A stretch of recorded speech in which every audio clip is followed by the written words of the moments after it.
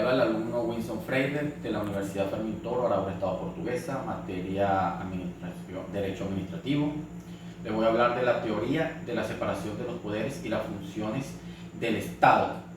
Función legislativa, jurisdiccional y administrativa, estudio especial de la función administrativa desde el punto de vista formal u orgánico, funcional y material.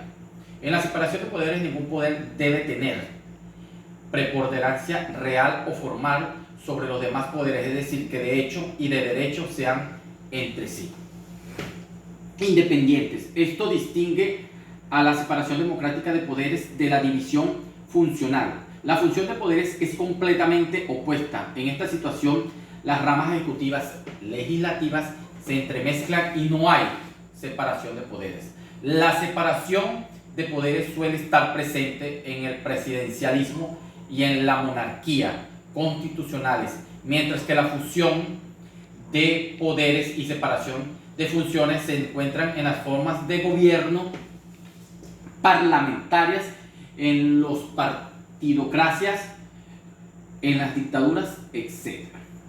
Dos condiciones esenciales para la independencia absoluta de los poderes. Lo primero, que la fuente donde ellos emanan sea una sola. La segunda, que ejerzas todo uno sobre otros, una vigilancia recíproca. Las fuentes del derecho administrativo, la jerarquía de la fuente de la Constitución, la ley, el reglamento del ordenamiento y la Unión Europea, las fuentes del derecho administrativo. El concepto técnico jurídico de las fuentes del derecho tienen dos acepciones, material y formal. Voy a hablar de la material, que es la fuente del derecho. Cada fuerza social con potestad normativa creadora, y formal, que identifica por la doctrina como las formas en que se manifiestan las normas. Dentro de la fuente del derecho administrativo estatal hay que hacer dos distinciones: las fuentes escritas, la Constitución, la ley orgánica u ordinarias, y otras normas con fuerza de ley, los tratados internacionales y los reglamentos estatales, y las distintas por otras entidades públicas. Las fuentes no escritas, la costumbre y los principios generales del derecho.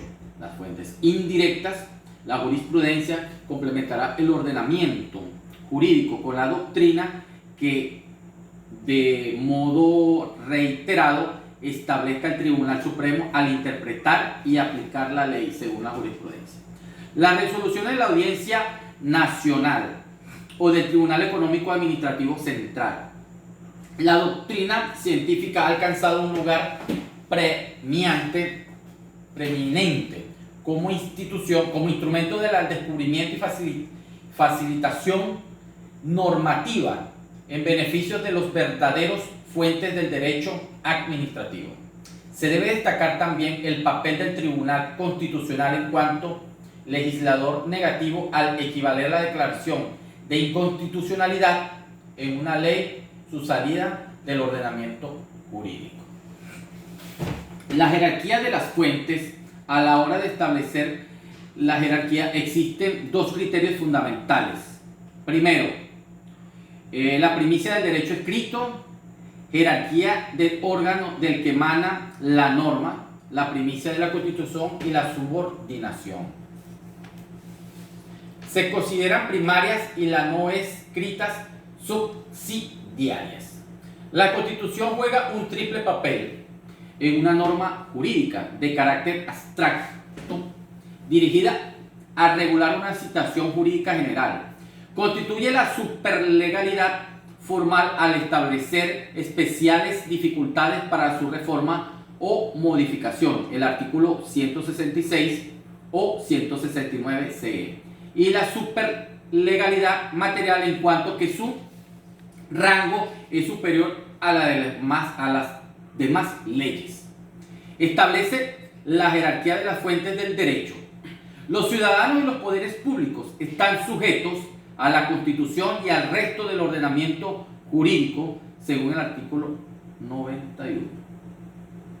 La Constitución como norma jurídica tiene aplicabilidad directa, esto es invocabilidad ante los tribunales y aplicación directa por estos con excepción de los previstos en el artículo 5.3, según lo previsto en los principios reconocidos en los capítulos terceros de los principios rectores de la política social y económica del título 1 de los derechos y deberes fundamentales. Solo podrán ser alegados ante la jurisdicción ordinaria de acuerdo con lo que dispongan las leyes que los desarrolle a sí mismo. La parte orgánica de la Constitución vincula los órganos constitucionales señalados que diseñan la estructura básica del Estado. La política social y económica, del título 1 de los deberes y derechos fundamentales, solo podrán ser alegados ante la jurisdicción ordinaria de acuerdo con lo que dispongan las leyes que lo desarrollen a sí mismo. La parte orgánica de la Constitución vincula a los órganos constitucionales que ella señale, que diseñan la estructura básica del Estado. La ley es el sentido formal en toda norma jurídica dictada por los organismos estatales a los que ordenamiento jurídico atribuye al Poder Legislativo. García de Terria y Tomás Ramón Fernández la define como el acto publicado como tal en el BOE que expresa un mandato normativo de los órganos que tienen constitucionalmente atribuido al Poder Legislativo Superior respecto a las leyes orgánicas establecidas en el artículo 81, que son los relativos al desarrollo de los derechos fundamentales y de las libertades públicas.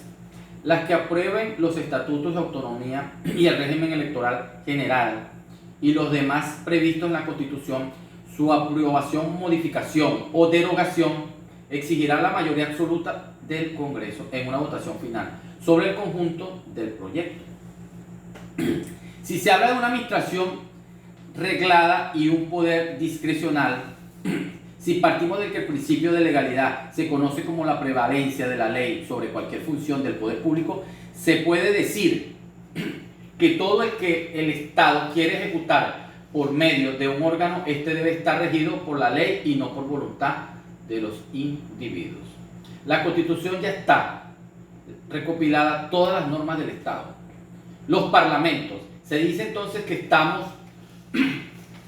en presencia de una administración reglada, porque es la supremacía absoluta o predominio de la ley, es decir, obligada a cumplir todo aquello que le impone la ley y nada podrá hacer cuando no tiene base legal. En conclusión, la importancia del principio de legalidad recae en que está fundamentada en el Estado de Derecho de una nación, puesto que todo acto administrativo debe estar basado en los principios constitucionales y en el marco formal de la ley cuando estamos en presencia de una administración legada. En las cosas de una administración discrecional no es más que cierta libertad de actuación para que aplique sus criterios ciertas actuaciones, siempre y cuando se respeten los límites establecidos por dicha discrecionalidad, según el artículo vigente de la Ley Orgánica de Procedimientos Administrativos.